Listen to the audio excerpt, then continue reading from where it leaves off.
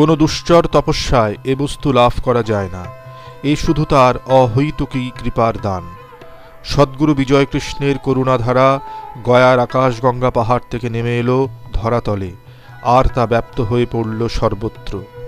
যেভাবে গঙ্গোত্রী থেকে গঙ্গা নেমে এসে সারা ধরণীকে করে পবিত্র ও ধন্য।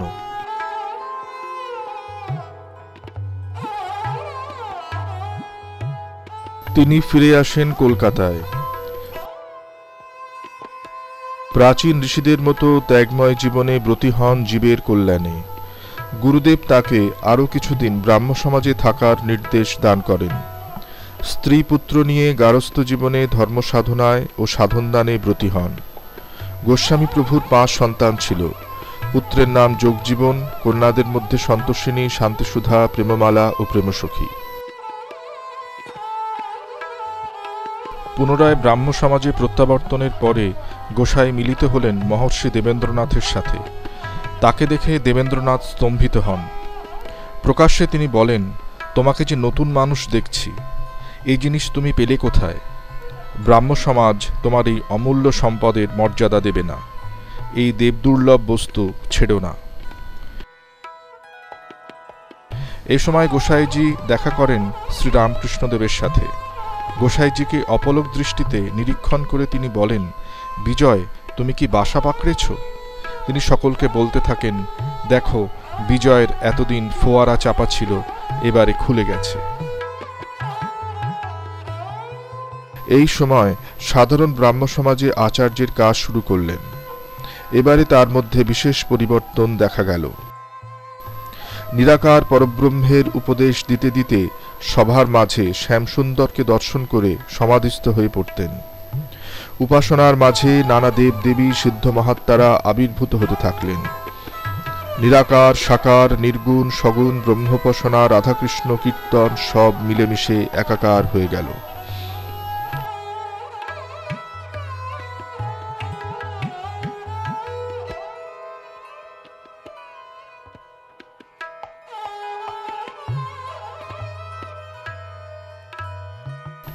উগ্র নিরাকারবাদী ব্রাহ্মরা এই সরস বাতাবরণ মেনে নিতে পারল না।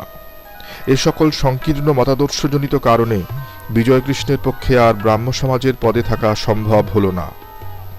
1886 খ্রিস্টাব্দে ঢাকার পূর্ব বাংলার আচার্য পদ তিনি গ্রহণ করেন। এই সমাজগৃহে ব্রাহ্মধর্ম প্রচার করাকালীন তিনি অনেককে সাধন দান করেছিলেন। এদের মধ্যে শ্রীধর ঘোষ, কুলদানন্দ ব্রহ্মচারী, হরিদাস বসু প্রমুখ উল্লেখযোগ্য।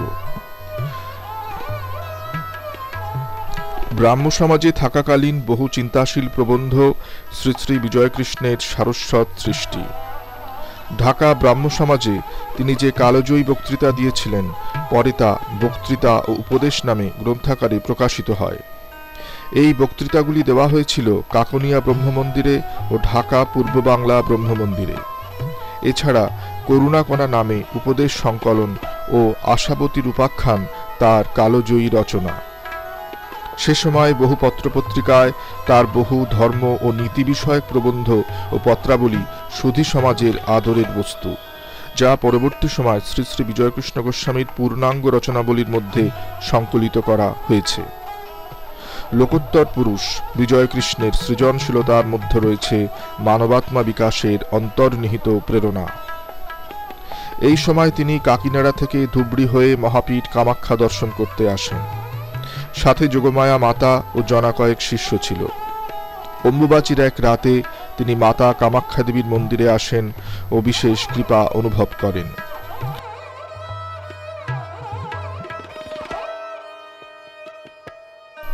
এখানে বশিষ্ঠ আশ্রমের নির্জন তপভূমিতে ধ্যানে অতিবাহিত করে তিনি বিশেষ তৃপ্তি লাভ করেন।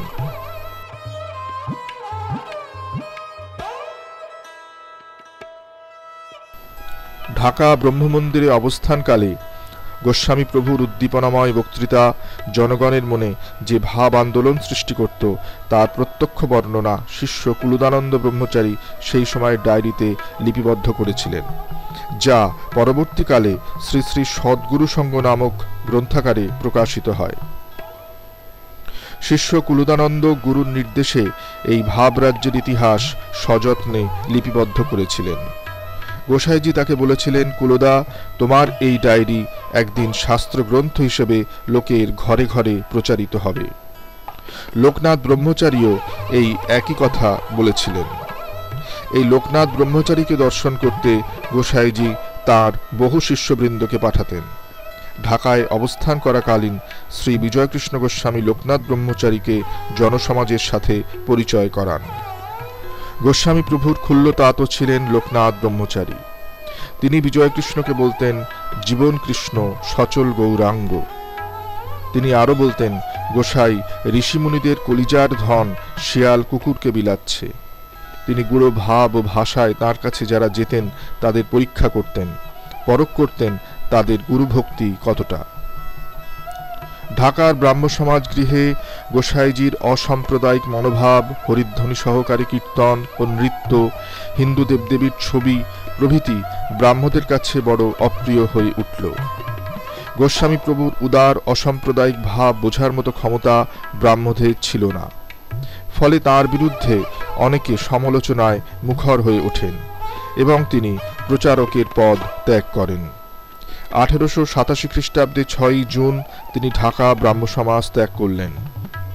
তিনি ঢাকার ব্রাহ্ম সমাজকে পদত্যাগপত্রে লেখেন, যাহা সত্য তাহাই ব্রাহ্মধর্ম। ব্রাহ্মধর্ম সার্বভৌমিক ধর্ম, ইহাতে দলাদলি নাই। এই জন্য আমি যেখানে সত্য পাই এবং যাহা সত্য বুঝি তাহাই গ্রহণ করিয়া থাকি। সাধারণ ব্রাহ্ম সমাজ, নববিধান ব্রাহ্ম সমাজ, আদি সমাজ, হিন্দু সমাজ, খ্রিস্টীয় সমাজ, মুসলমান সমাজ, আমি সকল সমাজের দাসানুদাস। আমার কোনো সম্প্রদায় নেই, অথচ সকল সম্প্রদায়ই আমার। যেখানে যতটুকু সত্য সেখানেই আমার ব্রাহ্মধর্ম। তিনি বলেছিলেন, খ্রিস্টানের ন্যায় বিশ্বাসী, বৈষ্ণবের ন্যায় ভক্ত, মুসলমানের ন্যায় নিষ্ঠাবান হও। তার মতে ধর্মের সার কথা হলো ভগবান। আবার অন্য সময় বলেছেন, স্বভাবের নামই ধর্ম, অর্থাৎ অগ্নির অগ্নিত্বের ন্যায় মানুষের স্বভাবই হলো ধর্ম। আমরা ধর্ম বলতে বুঝি হিন্দু, মুসলমান, জৈন, বৌদ্ধ প্রভৃতি। তিনি বলেছেন, ধর্মের লক্ষ্যবস্তু যা তাই প্রকৃত ধর্ম।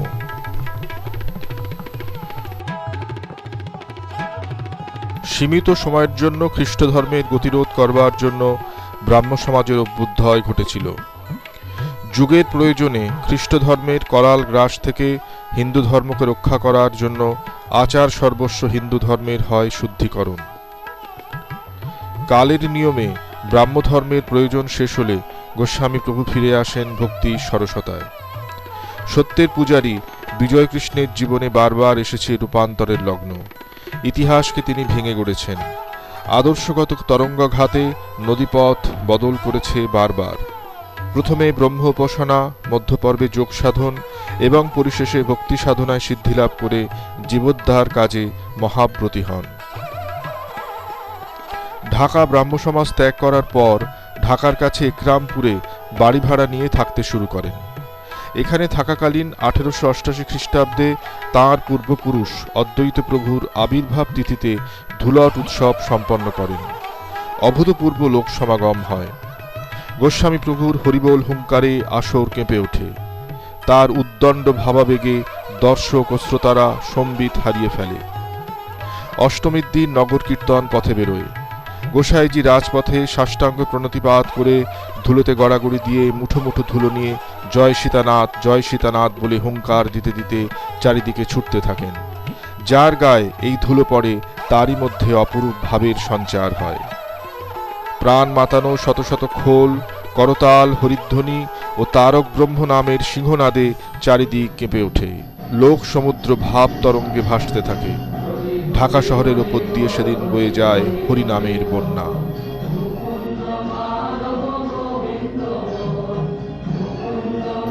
পূর্ব বাংলায় অবস্থান করবার সময় 1888 খ্রিস্টাব্দে 31 আগস্ট জন্মাষ্টমীর দিন ঢাকা শহরের পূর্ব প্রান্তে গেন্ডেরিয়া পল্লী সাপত সংকুল অরণ্য প্রদেশে ঢাকা গেন্ডেরিয়া আশ্রম প্রতিষ্ঠা হয়।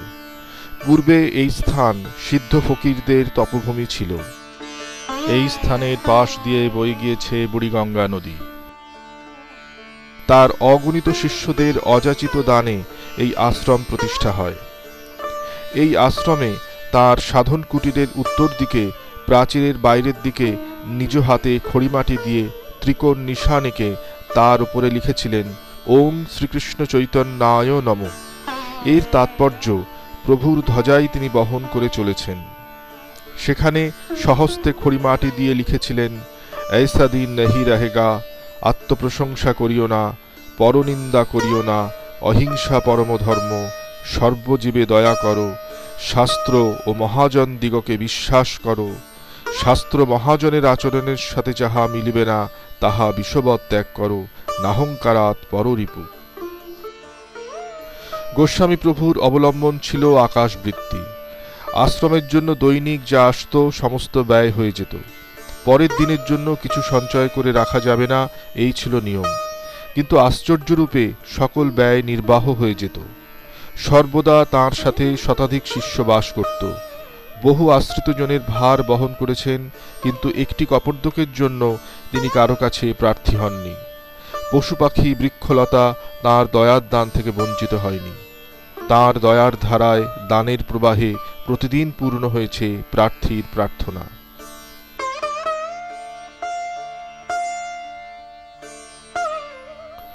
গেন্ডেরিয়া আশ্রমে বাস করাকালীন গোস্বামী প্রভুর জীবন প্রণালী ছিল ঘড়ির কাঁটার মতো নির্দিষ্ট। এই সময় থেকে তিনি শয়ন ত্যাগ করেন। দিন অতিবাহিত হতো পাঠ, ধ্যান, কীর্তনে। রাত 4টে পর্যন্ত একটানা আসনে অতিবাহিত হতো। দৈনিক পাঠ্যসূচির মধ্যে ছিল চৈতন্য চরিতামৃত, নরোত্তম দাসের প্রার্থনা, মহাভারত গ্রন্থ সাহেব এবং শ্রীমদ্ ভাগবত। দুপুরে যে আম গাছের তলায় তিনি বসতেন তার পাতাগুলি থেকে প্রায় মধুবর্ষণ হতো। দিব্য সুগন্ধে চতুর্দিক পবিত্র হয়ে উঠত। বিভিন্ন গ্রন্থ পাঠ করবার সময় তার দেহের পরিধেয় বস্ত্রের গায়ে বিভিন্ন দেবদেবীর চিত্র ফুটে উঠতে দেখা যেত। এই বিষয়ে জিজ্ঞাসা করলে তিনি বলতেন ভগবানের নামের অসীম মহিমার কথা। ক্রমে গোস্বামী প্রভুর কাছে বহু লোক সাধন প্রার্থী হতে থাকল। তিনি তার এই সাধন গুরু নির্দেশে দান করতেন। ওই সময় হরিদ্বারের স্বামী ভোলানন্দগিরি, শ্রী বৃন্দাবনের রামদাস কাঠিয়া বাবা, গোরখপুরের গম্ভীরনাথজি প্রমুখ সিদ্ধ মহাত্মারা গোস্বামীপাদকে সদ্গুরু রূপে সম্মান দিয়েছিলেন। গোস্বামী প্রভুর আশ্রিত জনের মধ্যে ছিল বহু দিকপাল ব্যক্তিত্ব। সুপ্রসিদ্ধ ডন পত্রিকার সম্পাদক এবং ডন সোসাইটির প্রবর্তক আচার্য সতীশচন্দ্র মুখোপাধ্যায়, বাগ্মী বিপিন পাল, অশ্বিনী কুমার দত্ত, গায়ক রেবতীমোহন সেন এবং মহর্ষি দেবেন্দ্রনাথের কন্যা স্বর্ণকুমারী দেবী গোস্বামী প্রভুর নিকট সাধন গ্রহণ করে ধর্মজীবনে প্রভূত উন্নতি সাধন করেছিলেন। সদ্গুরু অবতার শ্রী শ্রী বিজয়কৃষ্ণ গোস্বামী প্রভুর এক একজন শিষ্য শিষ্যা ছিলেন জ্বলন্ত শিখার মতো। তার আশ্রিত বহু সিদ্ধ মহাত্মারা এই শক্তিযুক্ত নামে ধন্য হন। এদের মধ্যে অগ্রগণ্য অর্জুন দাস খেপাচাঁদ। এই মহাত্মা ত্রেতা যুগ থেকে বেঁচেছিলেন ও 52 রকমের কায়কল্প জানতেন।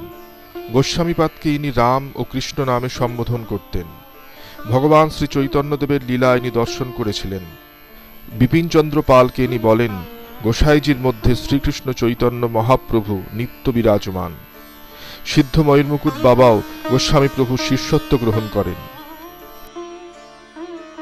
তার উজ্জ্বল ও উল্লেখযোগ্য শিষ্যদের মধ্যে শ্রী জগবন্ধু মৈত্র, মনোরমা দেবী, বরদাকান্ত বন্দ্যোপাধ্যায়, কুলদানন্দ ব্রহ্মচারী, কিরণচাঁদ দরবেশজি, যমুনা মাইজি, পণ্ডিত শ্যামাকান্ত, শ্রী হরকান্ত, শ্রী পতাকিচরণ, শ্রী মহেশচন্দ্র, স্বামী হরিমোহন প্রভৃতি দিকপাল শিষ্য পরবর্তীকালে নামানন্দে বিভোর হয়ে নিজেদের জীবন জয়যুক্ত করেছেন গুরুকৃপায়। এক অচিন্ত পুরুষ শ্রী বিজয়কৃষ্ণ। তিনি সাধু নন, সাধ্য, সাধুরও সাধনার ধন। পৃথিবীর সমস্ত মানুষের প্রেম যদি পুঞ্জীভূত করা যায় বিজয়কৃষ্ণের প্রেমের কাছে, তা এক বিন্দু। সংকীর্তনে মহাভাবে যার সাপের ফণার মতো উত্থিত জটাভার সহ অষ্টসাত্ত্বিকী বিকার ও উদ্দাম নৃত্য দেখে সমকালীন বৈষ্ণব আচার্যগণ এক বাক্যে স্বীকার করেছিলেন যে ইনি সদ্গুরু। মুমুক্ষুর নিকট ইনি সদ্গুরু। অনন্ত ঐশ্বর্যশালী ভগবানের প্রধান শক্তিগুলির মধ্যে সৃষ্টি, স্থিতি, প্রলয় সহ মায়ার আবরণী শক্তিগুলি প্রধানতম। আর তার আরেকটি শক্তি নিজ মায়া উন্মোচনকারী করুণা শক্তি। ভগবানের এই করুণা শক্তির অবতারই সদ্গুরু। গোসাইজির আগমন সম্পর্কে দুচার কথা বলা প্রয়োজন। যে তিন বাঞ্ছা আস্বাদন করবার জন্য মহাপ্রভুর অবতার, গোসাই সেই রস আস্বাদন করবার জন্য আসেননি। মহাপ্রভু সেই সময় ওই রস মাত্র 3.5 জনকে দিয়েছিলেন। নিজের ভাবে নিজে মগ্ন ছিলেন বলে কারো দিকে দৃষ্টি দিতে পারেননি। তাই এই রস ঘরে ঘরে বিতরণ করবার জন্য গোসাইজির আগমন।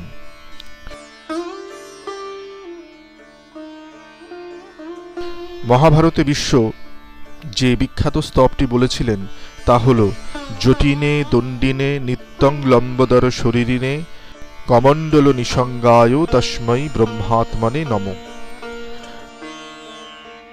যুগে যুগে যত সদ্গুরু অবতীর্ণ হন তাদের বাহ্যিক রূপ এই প্রকার হয়। শ্রীকৃষ্ণের বিচিত্র রূপের মধ্যে আরেকটি রূপ হল সদ্গুরু রূপ। এই রূপের দ্বারা তিনি করুণা বিতরণ করেন ও জীবকে উদ্ধার করেন। শ্রীকৃষ্ণের লাদিনী শক্তি সম্পুটিত এই করুণা ঘন রূপই সদ্গুরু। তাই সত্যযুগে ঋভু, দত্তাত্রেয় এবং পরবর্তী সময় শ্রী শ্রী বিজয়কৃষ্ণ গোস্বামীর রূপ একেবারে একরকম। আবার কালচক্রে যখন লীলাকাণ্ড বিস্তার হবে তখন এই করুণাঘন গোসাইজি সদ্গুরু রূপই বারবার অবতীর্ণ হবেন। কারণ ভগবানের এটি অপরিবর্তিত রূপ। যে কারণে শ্রীরামকৃষ্ণদেব নেপালবাবুকে বলেছিলেন, সদ্গুরুর দীক্ষা নিবিত গোসাইয়ের কাছে যা।